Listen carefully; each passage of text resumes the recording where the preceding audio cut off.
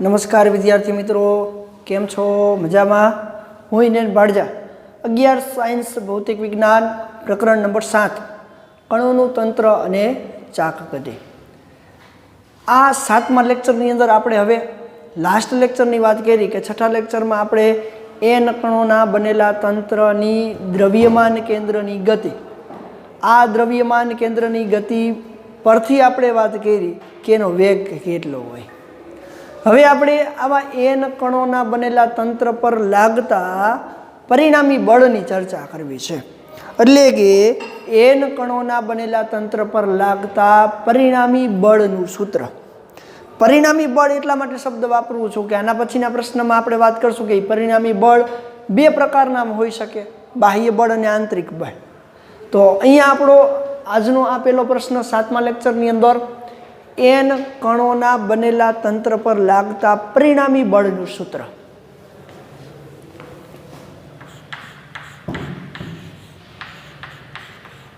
n કણોના બનેલા તંત્ર પર લાગતું પરિણામી બળ.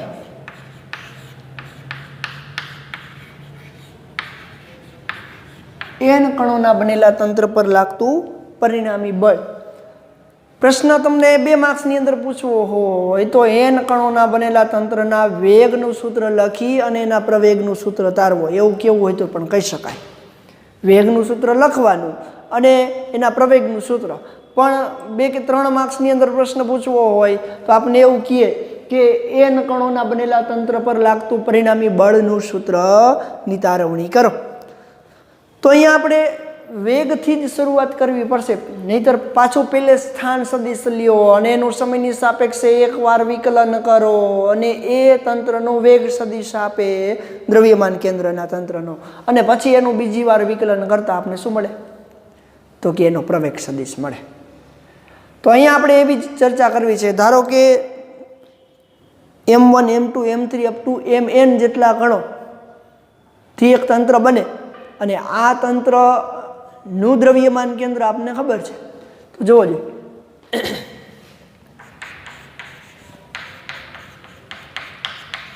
n કણોના બનેલા તંત્રનું દ્રવ્યમાન કેન્દ્ર શું છે? તો જોજો, છેક સુધી આપણે આ સૂત્રનો તો ઉપયોગ કરીએ છીએ. દ્રવ્યમાન કેન્દ્ર r = m1 r1 વત્તા m2 r2 plus up to plus mn rn ના છેદમાં કેપિટલ M એટલે કુલ દળ. આ સમીકરણને હું સમીકરણ નંબર 1 આપી દઉં તો સમીકરણ 1 નું સમયની સાપેક્ષે વિકલન લાસ્ટ લેક્ચરની અંદર વાત કરી શું આપે છે? સમીકરણ 1 નું સમયની સાપેક્ષે વિકલન આપણને શું આપે છે? વેગ આપે છે. તો સમીકરણ 1 નું સમયની સાપેક્ષે વિકલન કરું તો શું મળશે?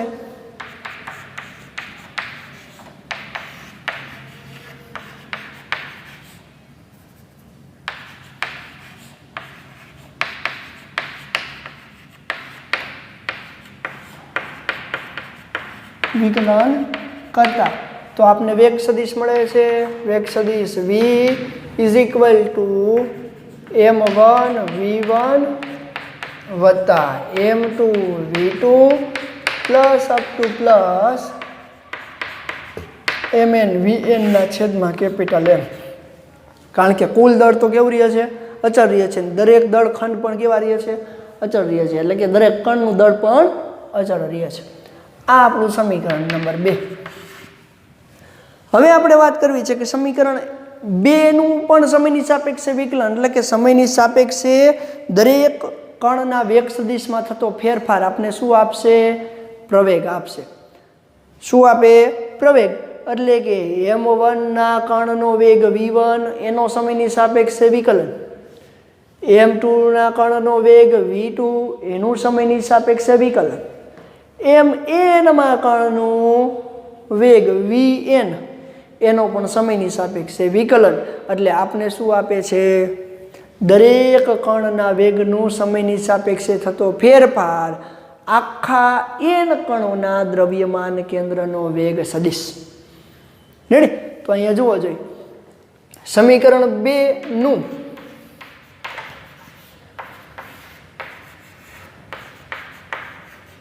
સમયની સાપેક્ષે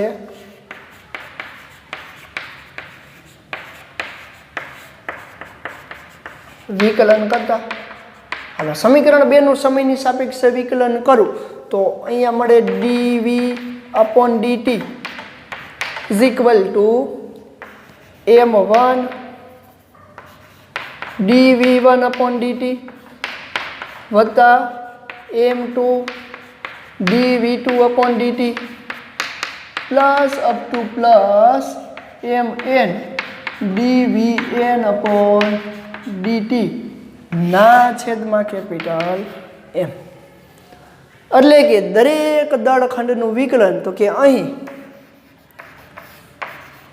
dv1/dt is equal to a1 એટલે કે પ્રથમ કણનો પ્રવેગ, dv2/dt is equal to a2 up to dvn/dt is equal to an. તો સમીકરણમાં તમે એની કિંમત મૂકો માટે dvના છેદમાં dt એટલે કે આપેલ દ્રવ્યમાન કેન્દ્રનો પ્રવેગ જેને હું કેપિટલ A વડે દર્શાવ તો શું થશે? કેપિટલ A બરાબર m1 dv/dt એટલે a1 તો m1 a1 વત્તા m2 a2 plus up to plus mn an ના છેદમાં કેપિટલ M. તો આપેલ આ સૂત્રને શું કહેવાય? n કણોના બનેલા તંત્રના દ્રવ્યમાન કેન્દ્રનો પ્રવેગ. તો સમીકરણ નંબર 3. તો સમીકરણ 3 શું દર્શાવે? સમીકરણ 3 એ n કણોના બનેલા તંત્રના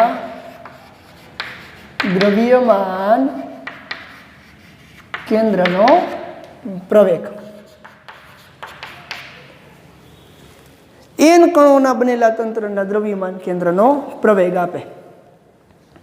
હવે આપણો પ્રશ્ન શું છે જુઓ, n કણોના બનેલા તંત્ર પર લાગતું પરિણામી બળ. પરિણામી બળ એટલે દરેક કણ પર લાગતા બળનો કુલ સરવાળો. તો યાદ કરો ન્યૂટનના ગતિના બીજા નિયમ પ્રમાણે શું કહે છે? તો કે ન્યૂટનની ગતિનો આમ તો બીજો નિયમ એવો છે કે એના રેખીય વેગમાનમાં સમયની સાપેક્ષે રેખીય વેગમાનમાં થતો ફેરફાર એના પદાર્થ પર લાગતા કુલ બળ જેટલો હોય. Chapter number 5. તો અહીંયા આપણે લખી શકીએ કે ન્યૂટનના ગતિના બીજા નિયમ પ્રમાણે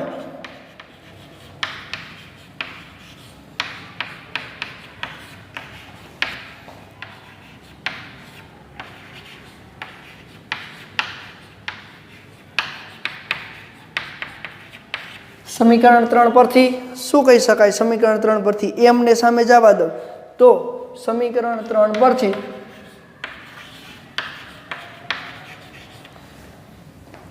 કુલ બળ પદાર્થના તંત્રનું કુલ બળ F બરાબર m × a લખી શકાય.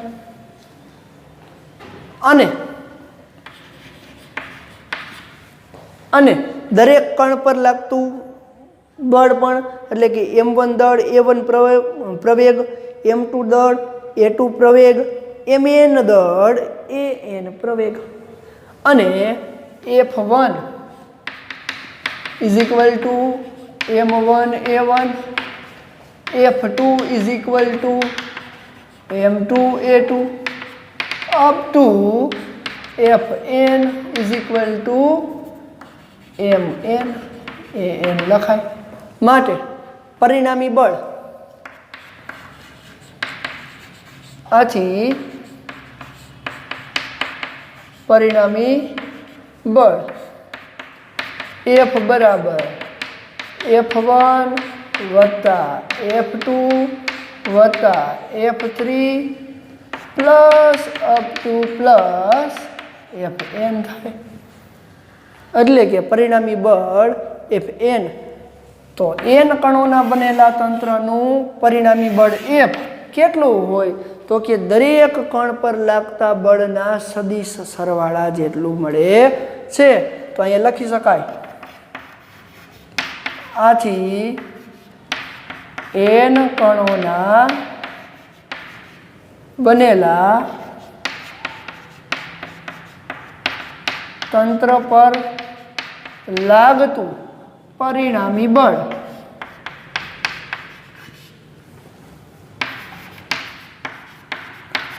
દરેક કણ પર લાગતા બળના સદિશ સરવાળા જેટલું હોય છે.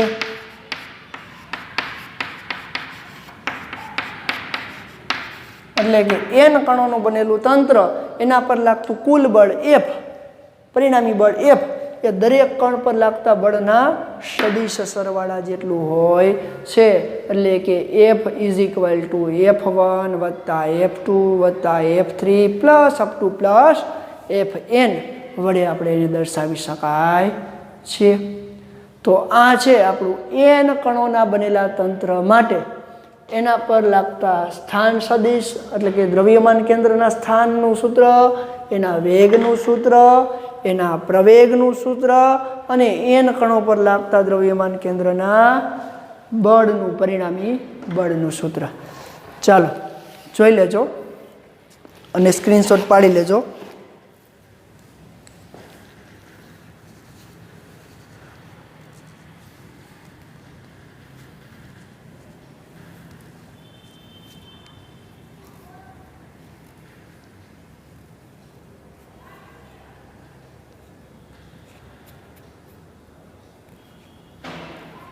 ચાલો હવે આપણે વાત કરવી છે, આજે n કણોના બનેલા તંત્ર પર બળ લાગે છે એ બળની ચર્ચા કરીએ.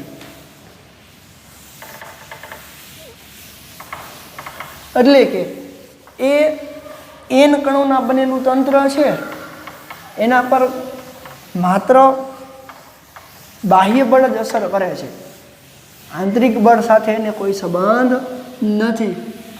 એવી ચર્ચાને આપણે અહીંયા ધ્યાનમાં લેવાની છે.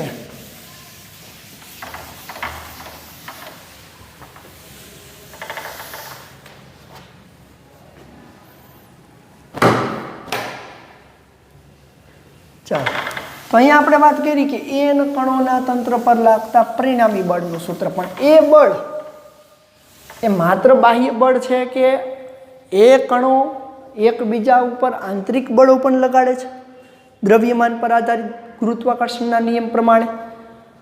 તો એ બળને પણ અહીંયા ધ્યાનમાં લેવા પડે. પણ આપણે એ જ પ્રશ્નની ચર્ચા અહીંયા કરવી છે. તો જોવો જોઈએ, તો અહીંયા આપણે વાત કરવી છે n કણોના બનેલા તંત્ર પર લાગતા બળની અસર.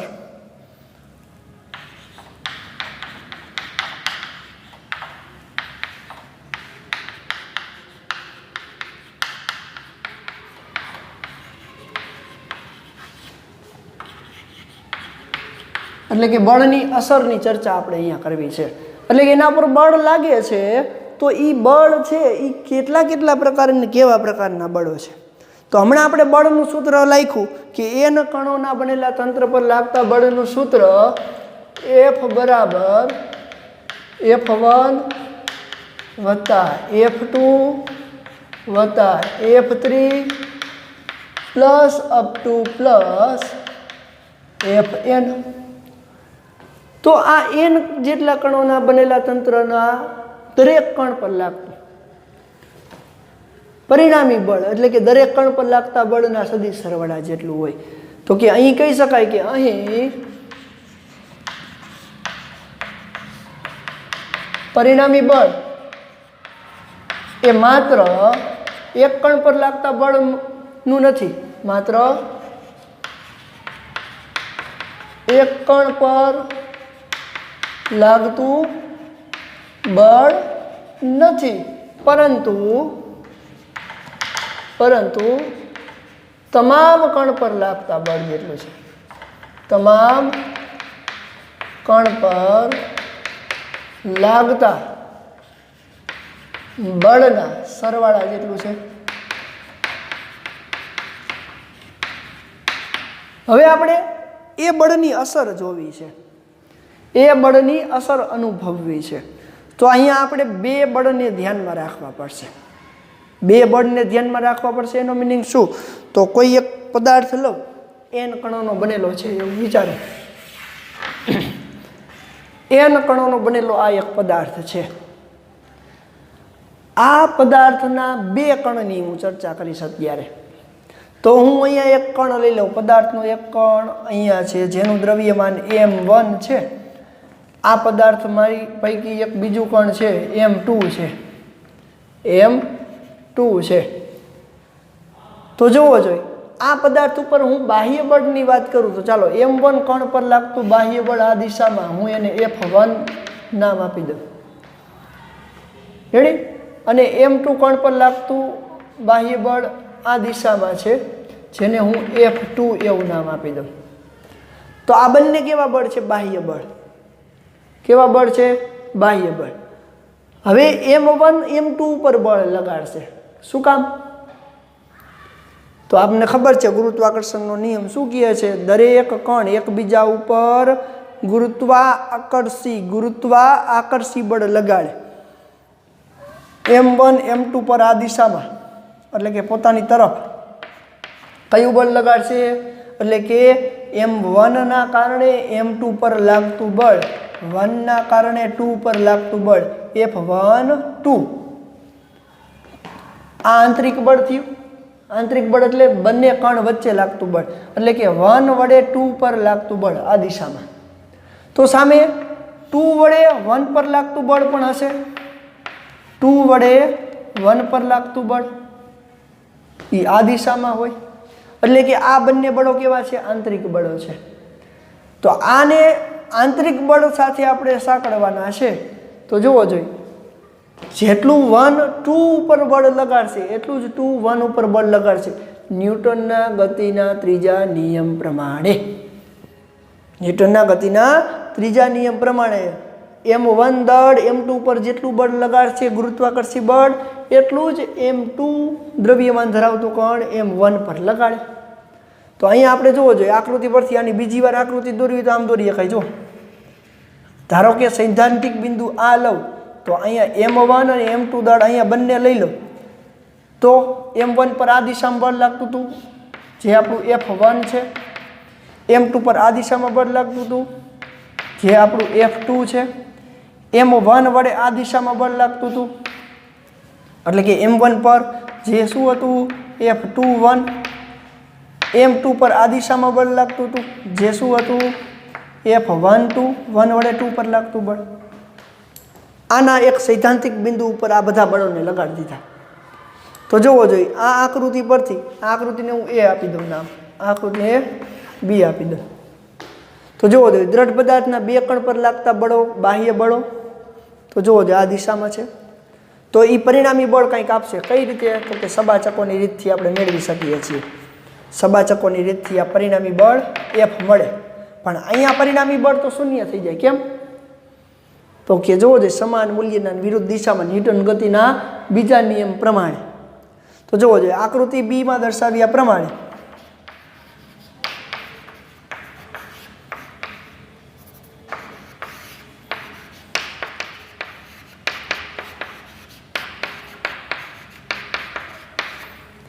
દ્રઢ પદાર્થના કણ પર લાગતા બે બળો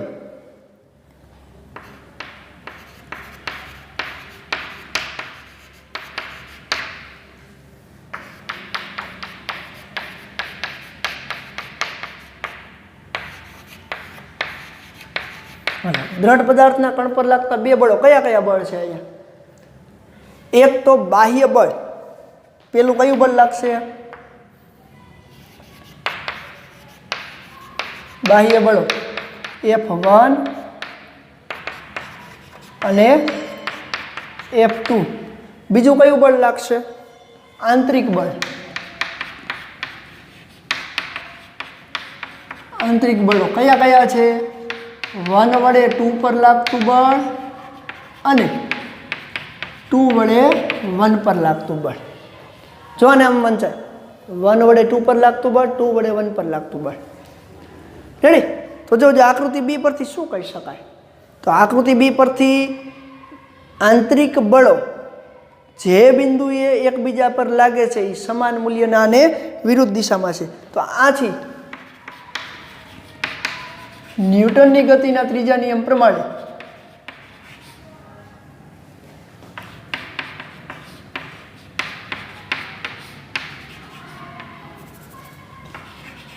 ત્રીજા નિયમ પ્રમાણે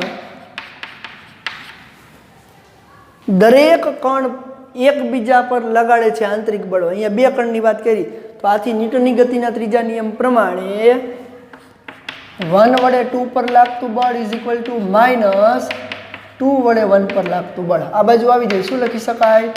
F21 વત્તા F12 બરાબર 0. એટલે કે પરિણામી બળ શું થઈ જાય? શૂન્ય. એટલે કે આંતરિક બળ ઇન્ટરનલ ફોર્સ માટે સમેશન અથવા તો F ઇન્ટરનલ INT વડે દર્શાવ ઇઝ ઇક્વલ ટુ 0. એટલે કે દ્રઢ પદાર્થના દરેક કણ એકબીજા ઉપર બળ લગાડશે પણ સમાન મૂલ્યના અને વિરુદ્ધ દિશામાં લગાડશે એટલે આંતરિક બળ શું થઈ જાય? શૂન્ય. તો માત્ર ને માત્ર કયું બળ હાજર રહે? બાહ્ય બળ. માત્ર ને માત્ર બાહ્ય બળ જ હાજર રહે છે. આથી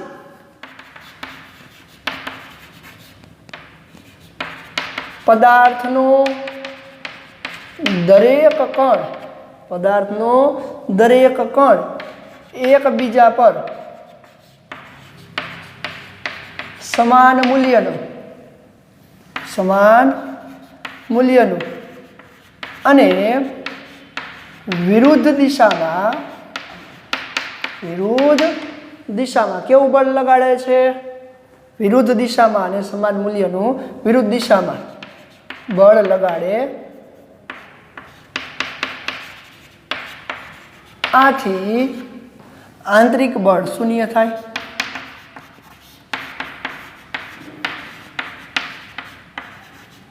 આંતરિક બળ શૂન્ય થાય છે. તો કહી શકાય આથી કણોના તંત્ર પર લાગતું માત્ર બાહ્ય બળ જ જવાબદાર છે. આથી n કણોના બનેલા તંત્ર પર લાગતું પરિણામી બળ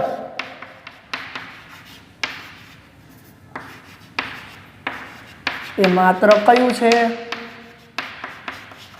બાહ્ય બળ છે. એટલે કે F ની જગ્યાએ હવે તમે શું લખી શકો? F એક્સટર્નલ ફોર્સ એટલે બાહ્ય force is equal to F1 વત્તા F2 વત્તા plus up to plus Fn. એટલે કે એના પર લાગતું બાહ્ય બળ F1 વત્તા F2 વત્તા plus up to plus Fn જેટલું હોય. એટલે કે એમાં આંતરિક બળો કોઈ ભાગ ભજવતા નથી. એટલે કે n કણોના બનેલા તંત્ર પર લાગતા આ તમામે તમામ બળોનો કુલ સરવાળો એ માત્ર ને માત્ર કયો છે? બાહ્ય બળનો. એટલે કે અહીંયા આંતરિક બળ કોઈ ભાગ ભજવતું નથી. એટલે કે પરિણામી આંતરિક બળ પરિણામી સરવાળો નાબૂદ થઈ જાય છે, શૂન્ય થઈ જાય છે. તો અહીંયા માત્ર ને માત્ર આપણે કેવા બળની ચર્ચા કરવાની થશે? તો કે આંતરિક બળને શૂન્ય રાખી અને બાહ્ય બળ જ ધ્યાનમાં લેવાનું છે. તો આગળના તમામ પોર્શનમાં હવે હું F એક્સટર્નલ લખું કે ન લખું? સમજવાનું શું છે? F જ સમજવાનું છે. રેડી? એટલા માટે આપણે અહીંયા બાહ્ય બળને કેવું કહીએ છીએ? તો કે બાહ્ય બળ જ એટલે પરિણામી બળને બાહ્ય બળ સ્વરૂપે જ સ્વીકારીને આગળ વધવાનું છે. ટેક્સ્ટ બુકની અંદર એક મસ્ત ઉદાહરણ પણ આપણને આપ્યું છે. શું કીધું છે? જુઓ, આવી આકૃતિ આપણને આપી છે કે એક પરવલય આકારે કોઈ એક બોમ્બને ફેંકવામાં આવે, પરવલય આકારે કોઈ એક બોમ્બને ફેંકવામાં આવે અને ત્યાંથી વિસ્ફોટ થાય, આંતરિક બળોના કારણે વિસ્ફોટ થાય તો એક કણ આ બાજુ જાય છે, એક કણ આમ જાય છે અને એક કણ દ્રવ્યમાન કેન્દ્ર સાથે આગળ વધે છે આમ. ચાલો, તો એને દ્રવ્યમાન કેન્દ્રમાં કોઈ ફેરફાર થાય? તો કે ના. કેમ? તો કે દ્રવ્યમાન કેન્દ્રની ગતિ તો એની મૂળ દિશામાં જ રહેશે. દ્રવ્યમાન કેન્દ્રની ગતિ તો એની મૂળ દિશામાં, એટલે કે દ્રવ્યમાન કેન્દ્રની ગતિ પહેલાં આ જ દિશામાં હતી, હવે આ જ દિશામાં રહેશે.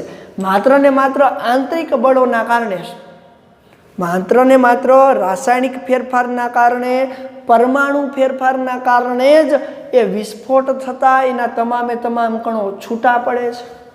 તમામે તમામ કણો ત્યાંથી છૂટા પડવાથી શું આપે છે? તો કે આંતરિક બળોના કારણે તમામે તમામ કણો છૂટા પડવાથી કણમાં જ ફેરફાર થયો, કણની ગતિમાં ફેરફાર થયો. પણ દ્રવ્યમાન કેન્દ્ર, પરિણામી બળ લાગતા એનું દ્રવ્યમાન કેન્દ્ર તો એ જ દિશામાં આગળ વધે છે.